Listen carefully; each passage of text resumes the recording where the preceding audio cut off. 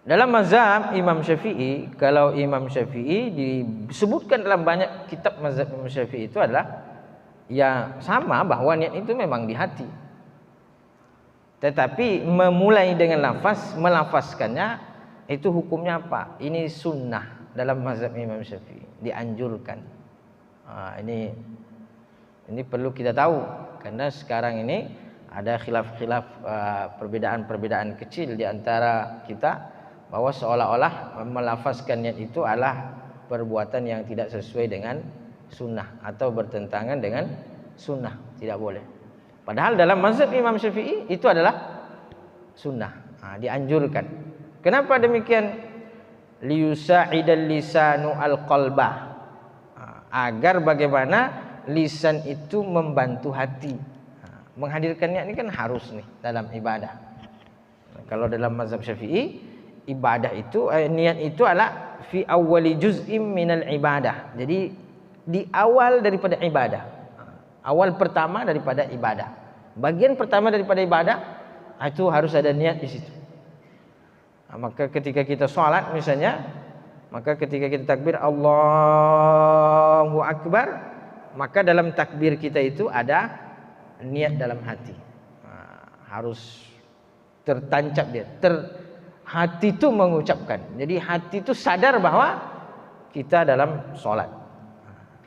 Jadi tidak bisa kita lisannya Allah Akbar, tangan mengangkat, tapi hati tidak konsentrasi, itu tidak masuk dalam mazhab Imam Syafi'i dalam sholat.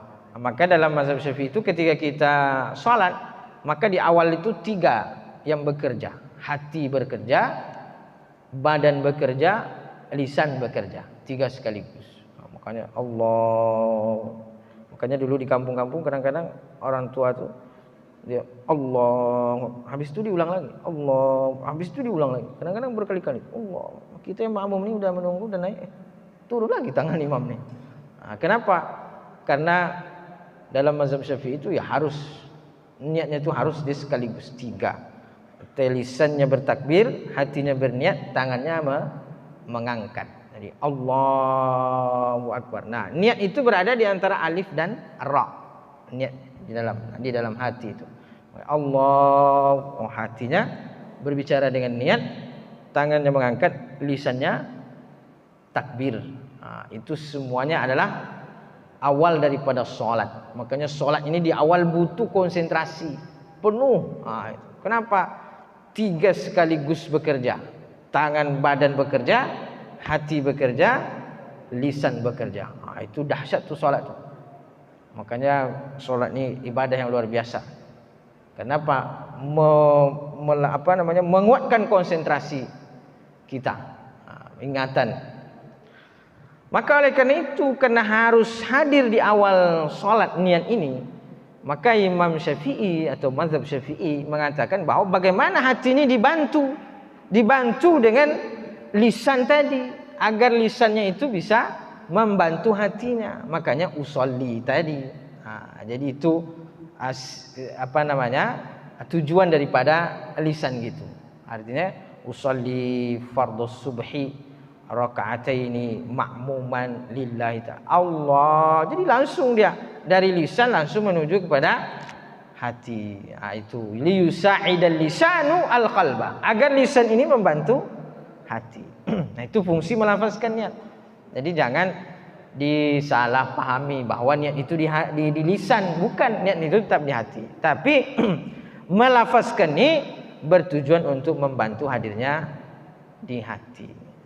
Ini sesuai dengan mazhab Syafi'i bahwa niat itu harus di awal.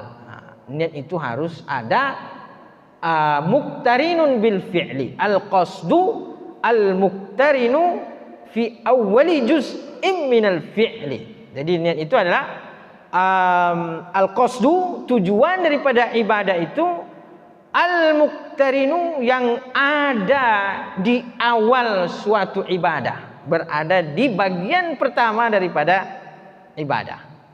Itu niat. Jadi dia harus, makanya lisan inilah yang membantu.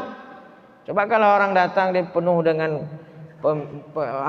pikirannya di luar, lalu kemudian dia masuk masjid langsung dia Allahu Akbar tanpa apa-apa, apakah itu bisa langsung menghadirkan di hati? Itu bisa jadi iya, tapi bisa jadi juga tidak. Tapi kalau dia berdiri dulu sebentar kan, lalu kemudian dia usolli, itu menghadirkan konsentrasi gitu. Nah, itu tujuannya. Jadi dalilnya bahwa bertujuan untuk menghadirkan, membantu hadirnya niat di hati. Lalu kemudian sebagian ulama, misalnya mazhab Imam Malik itu mengatakan bahwa ya itu bid'ah, tidak ada tidak ada anjurannya atau tidak ada dalilnya. Jadi Imam Malik mengatakan mengucapkan niat itu adalah bid'ah. Jadi ketika para ustaz kita berbeda pendapat itu biasa. Kenapa? Memang ulama kita berbeda hukumnya.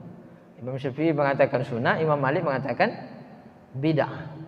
Padahal Imam Syafi'i ini muridnya Imam Malik.